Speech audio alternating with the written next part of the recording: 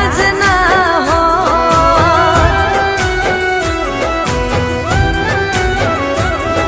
હો દિલ તૂટ્યાનું દુઃખ મને કોઈ પૂછો, દિલ તૂટ્યાનું દુઃખ મને કોઈ પૂછો. મારી વાતો સાંભળીને તમે રોઈ જાશો. હો દિલ તૂટ્યું ના હોત, આખું રોઈ ના હોત. દિલ તૂટ્યું ના હોત, આખું રોઈ ના હોત. કાશ આપણે મળ્યા જ ના હોત. હો કાશ આપણે મળ્યા જ ના હોત.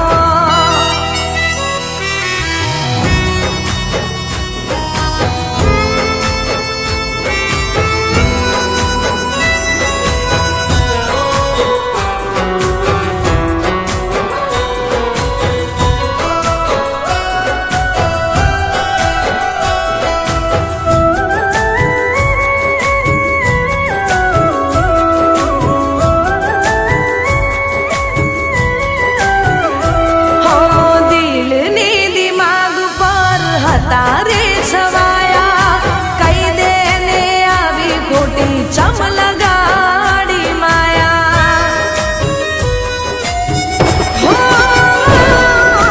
જૂઠા તારા પ્રેમમાં દિલથી ગવાયા, તારા કારણે રોવાના દાડાયા.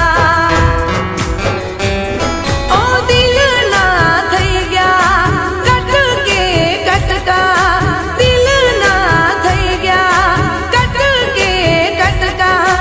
એવા માર્યા તમે જોને ઝટકા.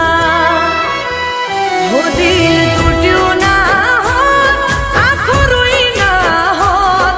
દિલ તૂટ્યું ના હોત, આખું રોઈ ના હોત. કાશ આપણે મળ્યા જ ના હોત. વીણા, આ મારી વાઈફ નીતુ છે. અરે કાશ આપણે મળ્યા જ ના હોત. વીણા વીણા વીણા, હું તને કહેવાનો જ હતો કે હું પરણિત છું, પણ આપણા બંને વચ્ચે આ બધું એટલું જલ્દી થયું કે રવિ, હું બધું ભૂલી જવા માંગુ છું.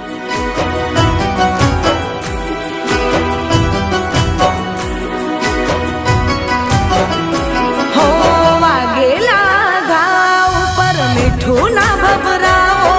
હું ભૂલવા માંગુ છું, બધું યાદ ના કરાવો. હો પ્રેમ રે કર્યાનો મને થાય છે પછતાવો.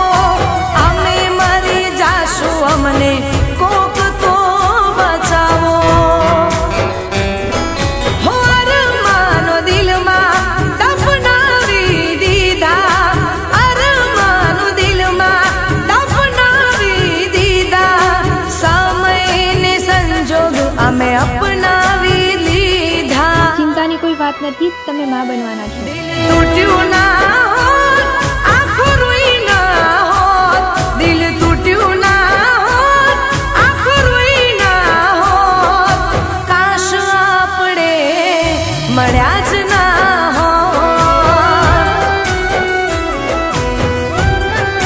હો કાશ આપણે મળ્યા જ ના હોત.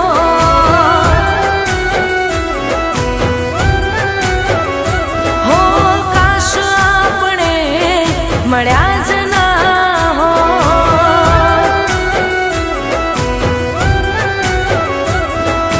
કાશ આપણે મળ્યા જ ના હોત. બેન, રવિએ મને બધી જ વાત જણાવી દીધી છે. નીતુ, થોડા વર્ષો પહેલા હું જનજાગૃતિ અભિયાન માટે ડુંગરપુર ગયો હતો.